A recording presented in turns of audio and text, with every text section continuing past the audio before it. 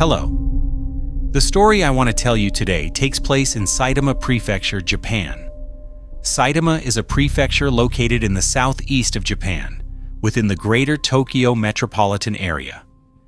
In the southeastern part of Saitama Prefecture, there is a city called Misato, about 20 kilometers from Tokyo, with an area of 30,000 square kilometers, and today's story unfolds there. The main character of this story is Junko Furuta, born on January 18, 1971. At the time this story happened, she was only 17 years old and a student at Yashio Minami High School in Saitama Prefecture. She had a cheerful personality and a sweet appearance, and she was loved by many students at the school. Her father was a business director at a canning factory, and her mother was a homemaker. Besides her parents, she also had an older brother and a younger brother. The family's financial situation was not well off. Her father carried most of the economic burden. To lessen her father's load, Junko decided she would start working after graduating from high school. Outside of school hours, she worked part-time as a sales clerk in a home goods store, or did packaging work at a plastic factory to help support her family. This is Tracking Crime. Please subscribe so I can share more scary cases with you. Comment below where you are and what time it is. It helps me feel like I'm not alone. And now, let's see what happens next. As she approached graduation, she applied for an interview at a company and successfully passed the screening process. After finishing high school, she would be able to join the company and begin working. It felt like a new chapter in her life was about to begin.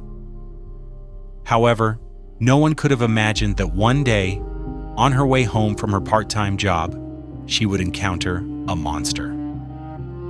And everything that happened afterward would leave anyone who heard about it feeling heartbroken. So what exactly happened that day? Next, we will turn back time to November 25th, 1988. November 25th, 1988 was a pleasant Friday. As usual after school, Junko went to her part-time job at a plastic factory. At 20:20, Junko finished her shift and prepared to head home. She picked up her things and began riding her bicycle toward her house. The road had only a few streetlights and there were almost no pedestrians. Suddenly, a strange man on a motorcycle came up from behind and kicked her hard, causing both her and the bike to fall to the ground.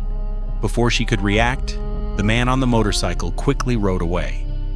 Just as she was trying to stand up, a young man came over to help her and said that the man earlier was someone from the underground world and he had been following her. He added that the man might come back to harm her. "It's very dangerous. I can escort you home so you'll be safe," he said. Junko had just fallen and was still dizzy. She didn't understand what was happening, but she felt that the young man standing before her seemed like a good person. So she pushed her bicycle along and limped behind him. After walking for a while, noticing that the area was deserted and no one was around, he stopped and told her that he too was a member of a local gang, and that the man on the motorcycle earlier was his accomplice. His name was Hiroshi Miyano, 18 years old, and he was currently staying home, not attending school. He then attacked her and said, "If you spend the night with me, I'll let you go. If not, you will die." In the end, terrified, Junko agreed to his demand. At 21:50, Hiroshi took her to a nearby hotel and assaulted her. However, afterward, he did not keep his promise to let her go home. Instead, a more sinister idea formed. He arranged for 3 other accomplices to gather at a park. These 3 were Joe Ogura, Shinji Minato, and Yasushi Watanabe. Yasushi was the same person who had kicked Junko off her bicycle. At 3 a.m., the 3 young men waited in a car at the park. Not long after, Hiroshi brought Junko to meet them. The 4 searched her school bag and found a diary that contained her home address. They threatened to go to her house and kill her entire family if she dared to escape. Junko was terrified, believing they might really do it. So she had no choice but to obey them. After discussing among themselves, the group of 4 decided to take her to Shinji's home. His house was located in Adachi Ward, Adachi area, Tokyo. It was a 2-story house with an electric gate outside. Shinji often snuck friends in using the intercom, Junko's parents did not notice anything unusual. They assumed she was staying at a friend's house, so they did not report her missing to the police. 2 days later, on November 28th, the four men grew bored and wanted something more entertaining. They called 2 more friends to the house to join in. Because the noise from the room became too loud, it caught the attention of Shinji's father, who had just returned from a trip. When questioned, Shinji said that Junko was his new girlfriend and asked his father not to disturb them. After that, all 6 men assaulted her together. Terrified, Junko endured it quietly, which made the group of 6 feel very satisfied. A few days later, Junko was repeatedly used by them as entertainment. One day, when Shinji's mother went up to the 2nd floor to clean the room, she accidentally saw Junko there. She already knew her son had brought a girl home before, but she did not expect the girl to still be there, so she told Junko to go home quickly. However, a few days later, she still saw Junko on the 2nd floor and again told her to go home.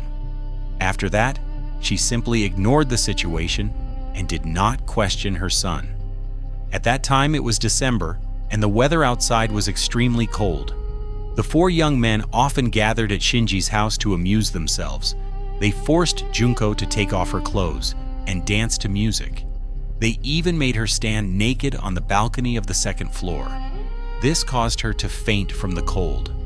In the days that followed, Junko continued to endure their excessive and indescribable demands.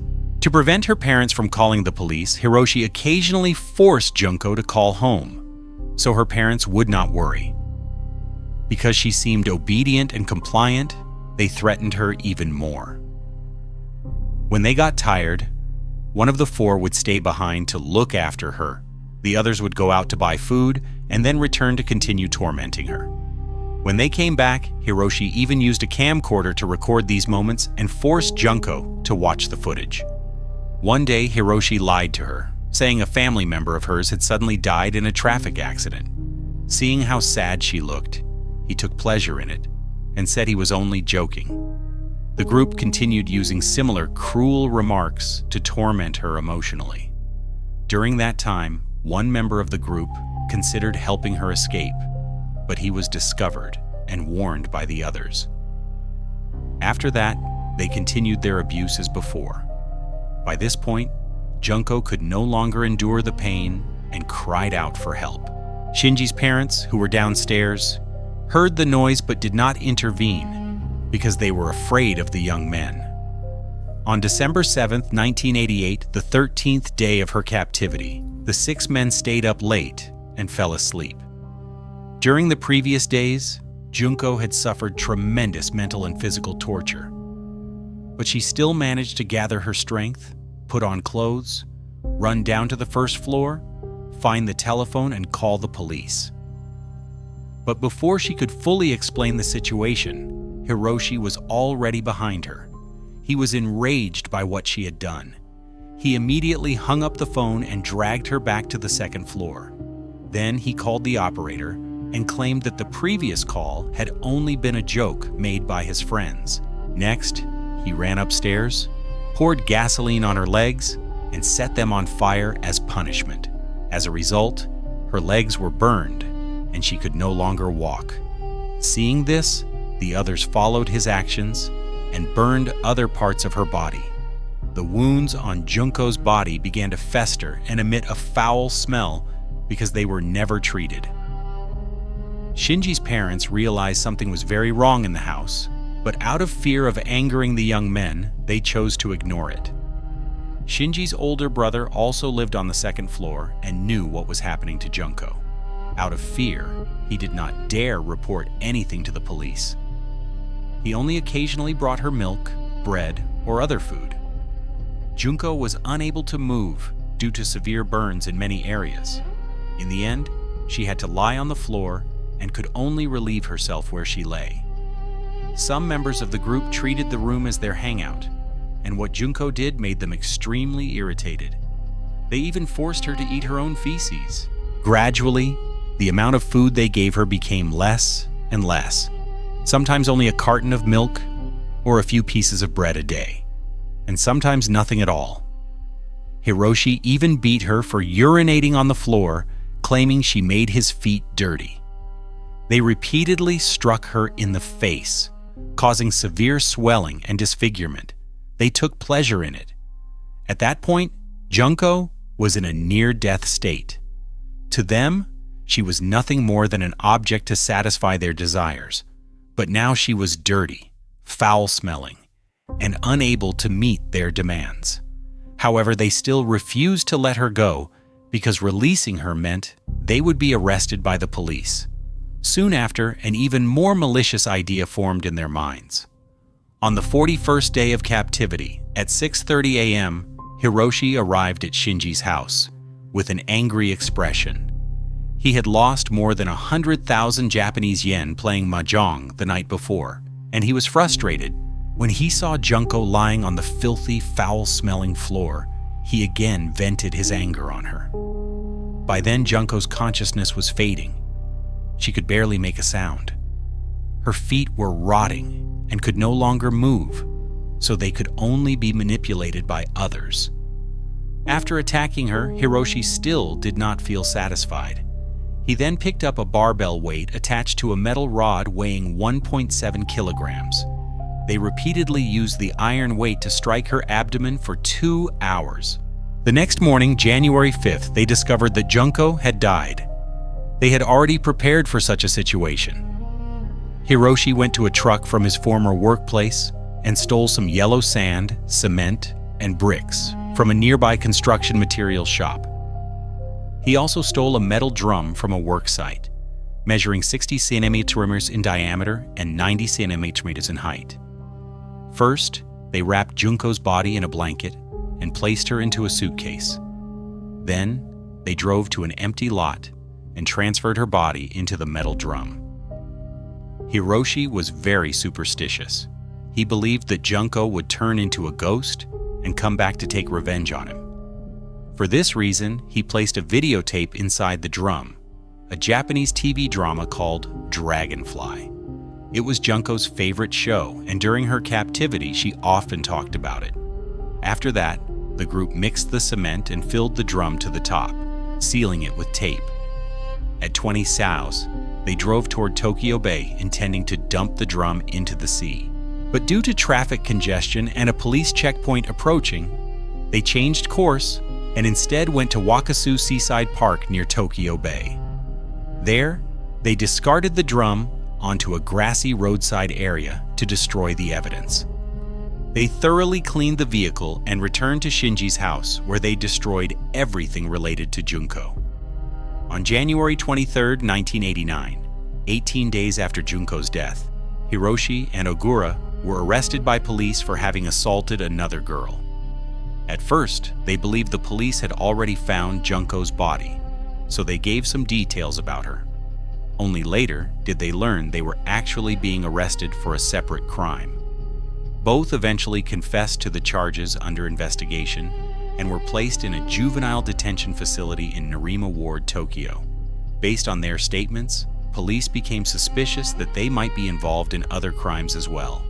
They proceeded to search both suspects' residences. On March 29, 1989, 2 months after Junko's death, 2 investigators went to Hiroshi's house and found several pieces of women's underwear. This led them to believe he was connected to additional cases. Immediately afterward, police conducted separate interrogations of Hiroshi and Ogura. During the interrogation, Hiroshi assumed that Ogura had already told the police about Junko's death, so he directly confessed and recounted the entire story. The next day, March 30, 1989, the case was officially opened for investigation. Following the location Hiroshi provided, police found a metal drum containing Junko's remains. Her body was in an advanced state of decomposition and was unrecognizable. Police ultimately confirmed her identity through fingerprint comparison. Forensic examination revealed that her face was deformed, most of her teeth were broken, her chest contained multiple metal pins, her intestinal wall had ruptured, her hair had been torn out leaving only the scalp, and her uterus had been destroyed by foreign objects. Pieces of glass were also found inside her. She had been pregnant. Using the location of the phone call Junko had made to her parents, police traced it to Shinji's house and successfully arrested the group of young men, including Shinji's older brother. In total, 7 individuals, Japanese, were prosecuted. Among the 4 original perpetrators, Hiroshi was identified as the primary offender. All of them were between 16 and 18 years old. This was considered an extremely severe case of juvenile crime. Police then conducted deeper background investigations on each individual. They discovered that Hiroshi, 18 years old, came from a relatively well-off family. His father was a securities company director, and his mother was a piano teacher. Because his parents were busy with work, he had been raised by his grandmother from a young age. He did not live with his parents until he graduated from elementary school. Having lacked parental care for so long, his relationship with them was strained. To compensate, his parents often overlooked his mistakes and tried their best to satisfy his material and financial demands. During high school, he entered the school's judo program and learned various combat skills, which he frequently used to bully his classmates. In March 1988, Hiroshi dropped out of high school and became involved with delinquent groups in society. When his family saw this, they ordered him to stay away from such people and forced him to work at a construction materials company. He completely refused to cooperate. During a prolonged argument, he even struck his mother. His father, upon discovering this, immediately kicked him out of the house. Afterward, Hiroshi gathered a group of school dropouts and juvenile offenders and formed an organization called the Radical Youth Association. He became the leader of the gang and lived by extortion and robbery. The suspect, Joe Ogura, 17 years old, was a junior member under Hiroshi. His father was a transport worker and his mother worked at a hotel. His parents divorced when he was in 3rd grade, after which he lived with his mother. In high school, he met Hiroshi, quickly dropped out, and joined the organization Hiroshi had formed. The suspect, Shinji Minato, 16 years old, had a father who was the administrative director of a hospital and a mother who was a nurse at home. His parents fought constantly. After each argument, his father would take out his anger on Shinji and his older brother. Growing up in such an environment caused Shinji to become increasingly irritable and prone to attacking his classmates. One day, Shinji's brother had his motorcycle stolen. To retrieve it, Shinji asked Hiroshi for help. Over time, the two became close friends. Sometimes, to avoid being beaten by his father, Shinji invited Hiroshi's group over. Shinji's father disliked them, but did not dare confront them. Eventually, he stopped trying to discipline Shinji altogether. His mother, helpless in the situation, also stopped intervening. Yasushi Watanabe, 17 years old, had parents who divorced when he was young. He lived with his mother and older sister. His mother worked at a beauty salon and was often busy. When Yasushi entered middle school, Hiroshi began pursuing Yasushi's sister, which led to their acquaintance. Given the severity of their actions, they should have been sentenced under adult standards. This was a major and extremely repulsive crime, unprecedented in Japan's history. The defendant's motive was hatred toward the victim.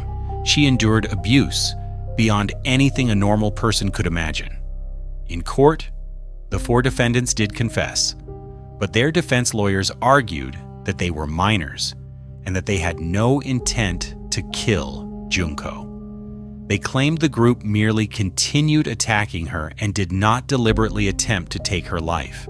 On May 21, 1990, after 10 months of trial, the case concluded.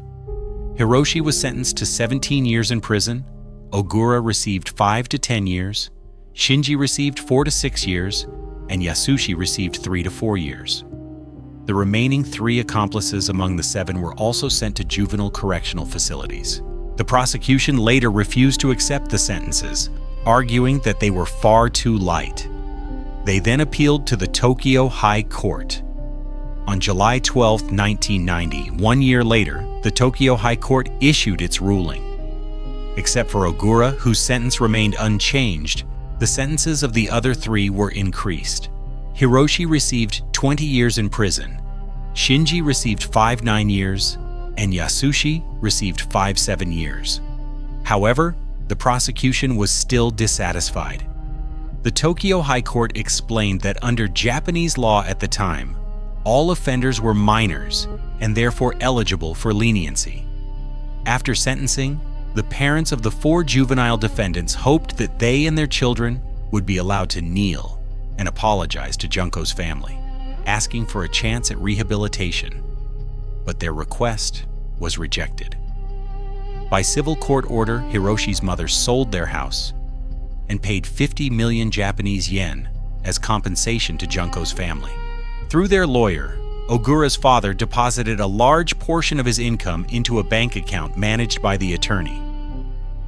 Shinji's parents were aware of the incident but were not criminally charged. Junko's family was dissatisfied and filed a civil lawsuit against Shinji's parents, who were then required to pay compensation for their actions. In 1995, Yasushi, one of the 4, was released after completing his sentence. Because he had frequently been bullied in prison, he developed severe fear of people. After his release, he became withdrawn and rarely left home. In 1997, Shinji was released after serving his sentence. He left Misato with his family, but was unable to find a job. In August 2018, he was arrested again for causing injury and sentenced to 18 months in prison. In 1999, Ogura was released after completing his sentence. After release, he changed his name to Joe Anisaku and married a woman. Soon after, in 2003, he was arrested again for another crime and sentenced to 4 years in prison. In 2009, Hiroshi was paroled and changed his name to Yokoyama Hiroshi. After his release in 2013, he was arrested again for fraud. This case is considered one of the most horrifying juvenile crime cases in Japanese history. The 4 perpetrators committed their crimes while still minors, and even after their release, they reoffended. Before sentencing, they had sworn they would never again commit crimes. After the case became public, Japanese society was engulfed in legal debates about juvenile offenders. Many argued that the minimum age of criminal responsibility should be revised. From this case, it is clear that juvenile crime is deeply connected to family upbringing. Had there been timely intervention, such a tragedy might not have occurred. Although many decades have passed, this remains one of the most haunting cases in Japan's criminal history. This is Tracking Crime. Please subscribe so I can share more scary cases with you. Comment below where you are and what time it is. It helps me feel like I'm not alone. See you in the next cases. Goodbye.